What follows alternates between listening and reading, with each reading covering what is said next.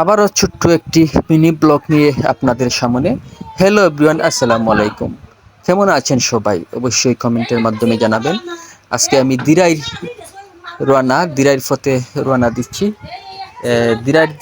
দিরাই যাইতে যে হাওরটা রয়েছে আমাদের সেপ্টের হাওর, অনেক বড় একটি হাওর। আর এই হাওরের সৌন্দর্য উপভোগ করার জন্য আমি কিছু দৃশ্য তুলে ধরছি আপনাদের সামনে। আমি সুলেমান কবি।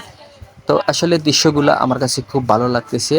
আপনাদের কাছে কীরকম লাগতেছে অবশ্যই জানাবেন কমেন্টের মাধ্যমে। আর দেখতে দেখতে আমরা মোটামুটি প্রায় এই শেষ পথে চলে এসেছি। আসলে অদৃশ্যমান দৃশ্য দেখতে সবারই ভালো লাগবে। আর এই দৃশ্য দেখতে দেখতে আসলে সময় কাটেন না। অনেকেই নৌকার মাঝে বসে আছেন, বাচ্চা কাচ্চা নিয়ে, মানে সময় কাটতেছে না। কত সময় দিরাই আসবে আর উঠবে। ভালোবাসার আরেক নাম আমাদের গ্রামাঞ্চলের দৃশ্য খুবই সুন্দর, খুবই দেখতে মনোরম পরিবেশ। এই পরিবেশে যারা টাউনে থাকেন তারা আসলে দেখতে পারেন না, যারা গ্রাম অঞ্চলে রয়েছেন তারা এই দৃশ্যগুলো উপভোগ করতে পারেন। তো আমরা কথা বলতে বলতে চলে আসলাম প্রায় কাছাকাছি বিরাই।